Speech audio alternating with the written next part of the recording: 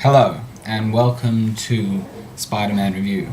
These are going to be a series of videos where I review and have a look at Spider-Man issues and storylines.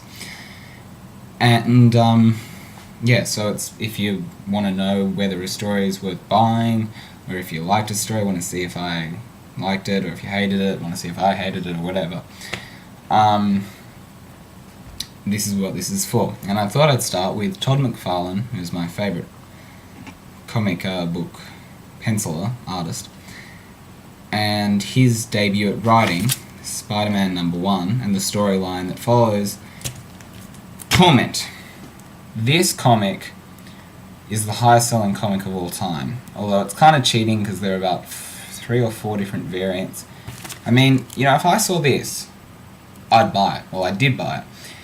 It's a pretty iconic cover. I've got the gold edition. There's a platinum, a silver. Don't ask me what the difference between platinum and silver is. It's kind of a bit cheap. Anyway, sold really well, but everyone hated it. And I can see why. Todd McFarlane's whole thing has been that the art tells the story, or that the art is above the writing. The writing's secondary. It's a vehicle for the art. Now, I don't agree. However, if you want to take that approach, if you can make it work, fair enough, as long as it's a good comic. Now, the story, for those of you who don't know it, there's not really much of one. Basically, Spider-Man is attacked by the lizard who poisoned him. He goes a bit sick. Turns out it's all done by Calypso. Calypso is just related to Kraven, third-rate villain. It's all revenge for Kraven's Last Hunter. Is it revenge? I have no idea. It's really confusing.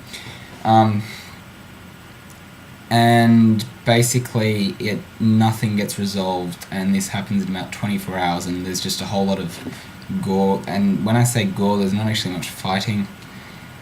It's really not very good. However, I'm not going to just review this to pan it, because that's pointless. Everyone pans it. I just thought I'd take a new angle. Basically, it is based around McFarlane's theory that the art is the main point of the story. The comic, I should say, because there's not much of a story here. And the art is amazing. I mean, McFarlane's definitely my favourite comic book artist, and it really is second to none, even in this one, and even when he's telling utter crap. The way he draws Calypso, who is, I cannot begin to tell you just how much of a third-rate villain she is. Even he makes her look scary. I love the way he draws the lizard. He's terrifying in this. But the fact is, even if McFarlane thinks that the art is secondary to the writing, whichever way you use it, using the words or the art, you still got to tell a story. And the story's awful. It doesn't go anywhere.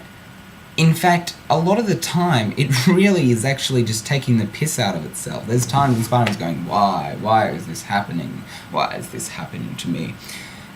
And you're thinking to yourself, yeah, why is this happening? Why am I enduring this? I mean, the biggest pun that everyone makes is it's called Torment, and it's Torment to read, which is a bit unfair, because it's not that bad. I mean, I'm trying to think of a worse Spider-Man story, and actually at the moment, well, the Clone Saga, of course. But, the art is great. That's all I can really say. But the writing, I can just not begin to describe how predictable it is. There's this whole thing, calling Spider-Man the Spider. And I really just hate this approach. Other comics do it. The Other did it. A few others do it. He is the Spider. And he does this thing where he always does, the lizard has come to do this, ... the next page, to the spider. The lizard has come, he has searched his prey, to the powerful beat of the voodoo to find ... the spider. Oh man, you're deep. And in fact, it even says the legend of the arachnite. Yeah, it's not very good. But look, I did buy it. I don't regret buying it. And the art is great, and he would develop, because there's some really interesting techniques used here. I just wish he was telling a story worthwhile. First of all, the way he draws the page, I'm not talking just about each individual panel, because he just forgoes that entirely. He uses the web as the outline for the panel, and then all through the comic there are these boom, boom, boom, boom, or doom, doom, I forget. It's the beat of the drum, which is stupid, yes, but it still is an interesting idea. The whole way he's designed this comic is actually really good. But on the whole, it just doesn't make it past the fence. This really is just a bit of a failure as a comic. And I really gave it the benefit of the doubt. I mean, yeah, look, if you want to buy it, if you think about buying it, and it's a really tempting buy, you're seeing this, they're usually about $10. And you know, it's the first, look, it says the first issue, it's a great cover, there's gold, there's silver, there's normal, and you want to buy it, and I don't know if I'd recommend this. Maybe for a proper fan, but then again, if you're a proper fan, you're probably just going to be pissed off. I don't know who I'd recommend this to. Todd McFarlane fans, yeah, you buy it. If you like Spawn, buy this. In fact, I haven't read for Spawn, but if you like his artwork, buy this, because the artwork, it is fantastic. Yeah, I'm just going to start repeating myself here, like this book does, which constantly repeats itself and just gets so fucking tedious.